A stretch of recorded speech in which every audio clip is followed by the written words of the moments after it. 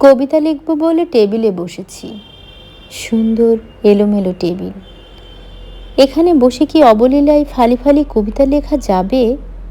কেন যাবে না? চেষ্টা করে দেখা উচিত। সুদর্শন একটি টেবিল বাতি জ্যোৎস্নার মতো আলো ছড়াচ্ছে।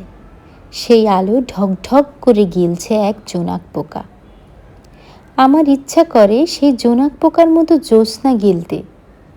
আমি বোধহয় পারবো না, কিন্তু কেন পারবো না? আমি কি জ্যোৎস্না হজম করতে পারি না? আমি কি জ্যোৎস্না পোকাও হতে পারি না? কেন পারি না? আমার চিৎকার করে বলতে ইচ্ছা করে, জোনাক পোকা, তুমি সুন্দর, তুমি জাগ্রত, তুমি জ্যোৎস্নার সুধা পানকারী। আমায় তুমি ছুঁয়ে দাও, তোমার সঙ্গে এক ফোঁটা জ্যোৎস্না গিলতে দাও। জোনাক পোকা আমায় শোনে না। সেও বুঝে গেছে আমি কবিতা লিখতে এসেছি। কবিদের সাথে কথা বলতে নাই। এতে জোনাক পোকার হয়তো সম্মানহানি হবে। বৃষ্টি নেমেছে।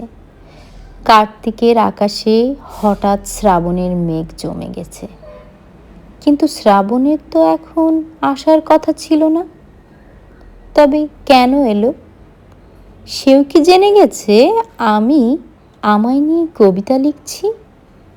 এটা কি স্বাভাবিক নয়? কেন নয়? আমি কি আমাকে নিয়ে কবিতা লেখা উচিত নয়? কেন নয়? আমার কি টেবিল ছেড়ে যাওয়া উচিত? তবে কি কবিতা লিখব না? তাহলে কি করব? বৃষ্টি দেখব? বৃষ্টির জলে ভিজব? আমার মনে হচ্ছে বৃষ্টির জলগুলো আমায় ডাকছে। আমি সেখানে সব দেখতে পাচ্ছি। গদ্য, কবিতা, জোনাক পোকা, জ্যোৎস্না সব কিছু জড়ো হয়ে আমায় টানছে, টেনে নিয়ে যাচ্ছে বৃষ্টির জলে। আমি ভিজছি।